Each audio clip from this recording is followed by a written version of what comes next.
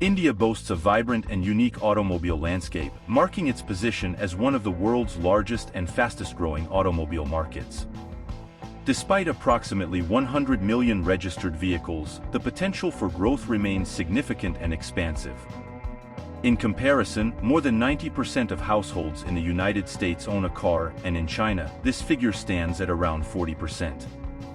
However, in India, car ownership is still at a modest 7.5%, underscoring the enormous scope for expansion.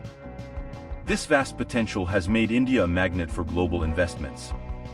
Yet, the Indian government mandates foreign manufacturers to establish manufacturing facilities within the country.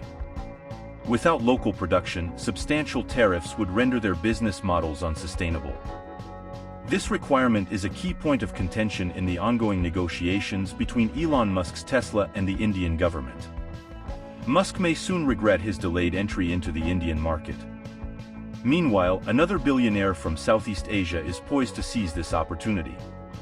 Pham Nhat Vuong, the first billionaire from Vietnam, is preparing to enter the Indian market with his startup, VinFast. Vuong's journey is nothing short of inspiring. Unlike Musk, Vuong did not ride the wave of the IT boom. Instead, he started with a venture as humble as Noodles. Indeed, Noodles are not the typical precursor to founding one of the world's most ambitious car companies. Yet, Vuong's story from Noodles to automobiles is a remarkable one. In the early 1990s, Vuong, a brilliant Vietnamese mathematician, arrived in Ukraine.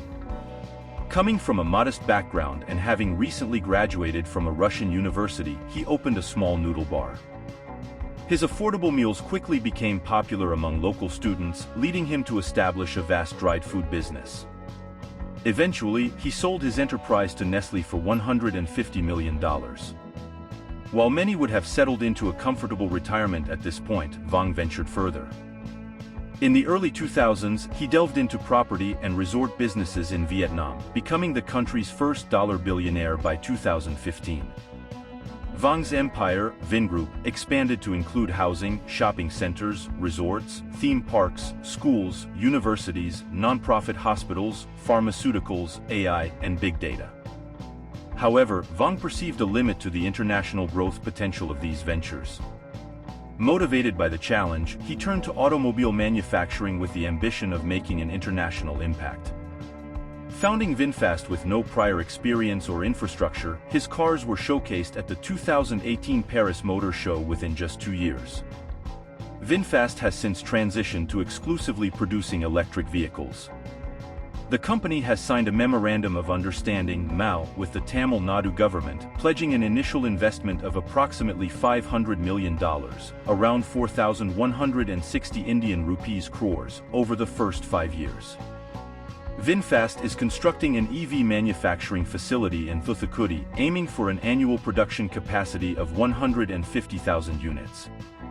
Although the factory's completion will take time, VinFast might enter the Indian market sooner, thanks to a recent policy adjustment by the Indian government.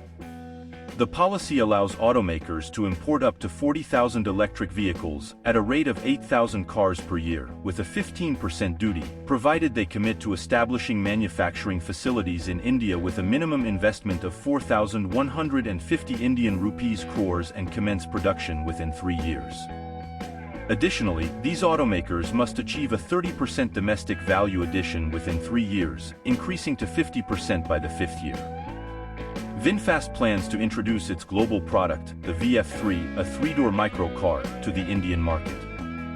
This vehicle will directly compete with the MG Comet, which currently holds the record for the highest sales in a month at around 4,500 units. However, with its 16-inch wheel setup, the VinFast VF3 appears to offer a superior ride. VinFast's entry into India benefits from insights gained in Vietnam, a market dominated by two-wheelers, similar to India's. Both Vietnamese and Indians prefer economical products that do not compromise on quality or aesthetics. India's notoriously unforgiving market has seen global brands fail to resonate with local consumers. Renault, Chevrolet, Ford, and even Toyota have faced challenges adapting to Indian preferences, often necessitating a strategic pivot or, in some cases, withdrawal from the market. Renault tried to enter the Indian market as a luxury brand but had to reposition soon. Chevrolet tried to sell the products made by the brands they purchased in Eastern European countries and they had to shut shop. Ford did not have the humility to understand and respond to the Indian market. Even the world's most successful auto companies, Toyota, had to bow down to Suzuki in India. In this challenging landscape, what prospects do you think VinFast has? Will the Vietnamese billionaire's investment yield fruitful results in India? Share your thoughts in the comment section below.